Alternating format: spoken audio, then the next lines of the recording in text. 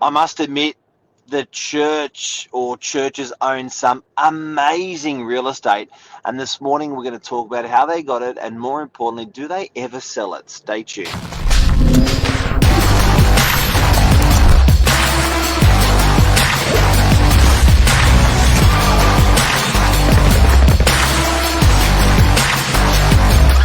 I'm the ringleader, so listen up. Good morning. Good morning, Billy Bob. Are we live? Doesn't say Yeah. we're live. Yeah, it does. Does on my end. Oh, wow. Okay. All right. Billy, the Good old morning. man, stuck in a young man's body. Did you watch the tennis? I did two things on the weekend. I watched some tennis and I did my DY history homework. Whoa. And Yeah. Mr. Novak Djokovic was defeated by the 20-year-old Alcaraz. What a game! True inspiration, I would say. A 20-year-old winning a Wimbledon final just goes to show that you can do anything. Yeah, and it was went to bed at 11. Went to bed at 5 hours of tennis. A long old I game. won't say it was hard. It wasn't hard to stay up, but it was hard to get up this morning. Far out. Yeah. It's an interesting it's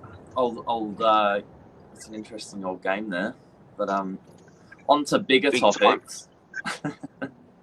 You were inspired on the weekend by the salvos. Tell us about it. Something like that. I got reading on DY's Pacific Lodge, which for those that don't know what that is, it's the development that's happening if you're local on the beaches, up on Fisher Road, near the fire station, near the police station. That used to be the oldest home DY has, and it's been given a bit of a new leaf on life around a new development. And it got us onto the topic of talking about, do churches and charities ever sell their properties? It's some of these assets these guys own, and particularly because they've owned them for so long, are just such amazing properties. They're such amazing blocks of land in incredible locations, and they're often really beautiful buildings. And I feel like they almost had no budget when they built these buildings. It was just like, the community was so behind it with labour and with money, and it held that community together so well that people just embellished it with love and money and building and everything. Yeah, absolutely. Now, I reckon we should start with why a church or a charity might sell their land, and then we can sort of segue that into wrapping it into DY. Yeah, so the answer is they do. Often they do sell the assets. Very rare that they sell the assets with this. So you'll often get charities like the Salvos or churches like the Catholic Church. They will move chips around the board sometimes. So sometimes geographically there's a shift in members. I think it was there was a large, I remember in rural Australia, they owned about 30, 40 houses, and they moved to another region. They sold all 34 houses and the church to move. It was not the Mormons, I can't remember their names. But yeah, if there's a shifting community, these guys will sometimes sell the asset. So the answer is yes, they sell these assets. One's a shifting community. Two is often, Billy, they're such old assets, they're such old structures that the cost of upkeep is just absolutely enormous. It's actually almost crippling. So they end up, sometimes they even will sell part of the asset and rebuild on the other half, for example. So they'll sell half of the land off to a developer who'll give them $10 or $20 million. Then they'll spend that $10 or $20 million on the other half of the block or the existing building that's there.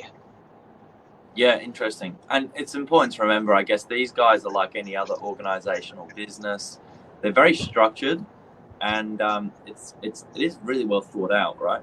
It's a big community, much larger than just one Yeah, decision maker. absolutely. Off big boards, they've got to go to talk to the board. Get and it can take 5 or 10 years to dispose of an asset. Sometimes it's such a big web. Yeah, absolutely.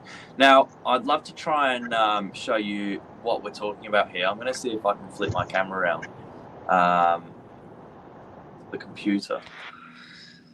So here we are.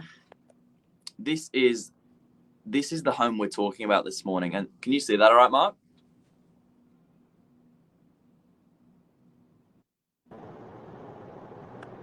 You dropped out for a sec there. This is the home we're talking about this morning. Can you see that all right? Yep. So this is the site up on Fisher Road. This is an artist impression photo, so it's obviously not quite what it looks like today, but this is what the future plans may look like. And to give you a bit of context as to where this sits, your police station's down this side of the road, the fire station's been beyond this beautiful residence here. But this is DY's Pacific Lodge. And this was a property that was constructed in 1892. It was funded by a lady who was extremely involved with the Salvation Army, who gave the group £400, which was back in the day, I think, almost a quite handsome budget to go and build a home that was purely there for resting soldiers. It was later sort of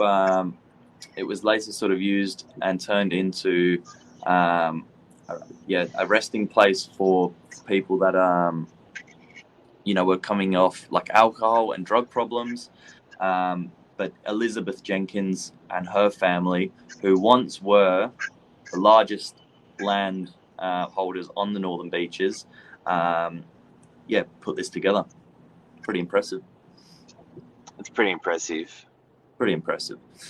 And this all started with her father and her brother coming off the boat as a convict, and they went from a convict to the largest landholders, and they were in farming.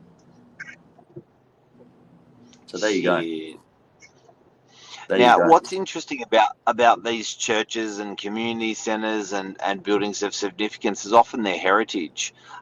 So they're limited in their development potential, but only when it's where the structure is actually. So around the structure, no problems. Even above the structure can be no problems. So some of these heritage significance, people go, no, nothing can't be done. But there's been some pretty famous buildings that have been owned by churches and communities that have built around and still been further developed.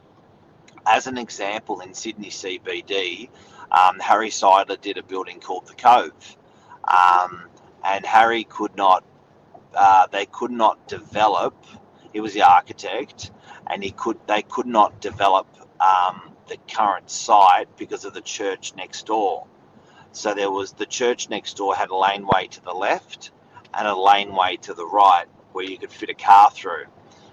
What the developer did in that circumstance was, because it was a heritage building, and you would think you can't touch it, they physically lifted the 4-story sandstone building, which is a big building. Wow. And they moved it 2 meters to the left. They absorbed the driveway on the right-hand side, and they absorbed part of the driveway on the left-hand side, so you can't get a car down. Then the Seidler building cantilevered over the top of the church. Wow. With it. So it's pretty interesting, to see what these guys can do with these sites. But yeah, you do. They do sell. They do sell. They do get repurposed. They get a new lease on life. This particular development in DY is going to be all residential units. I think there's. Do you know how many apartments are going into there, Mark? I think about 150 from memory. Okay, so it was a 1.6 hectare property. Yeah, one of DY's largest, and that the building itself, I believe, is being looked at as potentially a wellness centre. So there you go. And I think also, if you look at the purpose of what it was needed for in the late 1800s and the early 1900s, it changed, and DY became a mecca of units. So I think for the Salvos to actually get the site working for them, very, very hard, because you know, it's not really a purpose-built site anymore. It's lost that lust of, going there and for rehab, and you've sort of got acres of land around you. And as a matter of fact, if you have a look at some of the land holding that the Salvation Army has, but even on the northern beaches, in Coleroy, half of the hill of Coleroy would be the Salvation Army site. So when you've got a site like that, which can be good for community, having a little site like this becomes sort of redundant when the next suburb you've actually got 30 times more that land, and much healthier buildings. So you can sort of understand why these guys dispose of a site like that. Yeah, well said. There you go. That's the answer. Churches do sell. There you go. Have a good day. Bit of history. Take care and have a great day. Sorry, Novak Djokovic. I feel bad, and well done to Mr. Alcaraz. See you guys. See ya.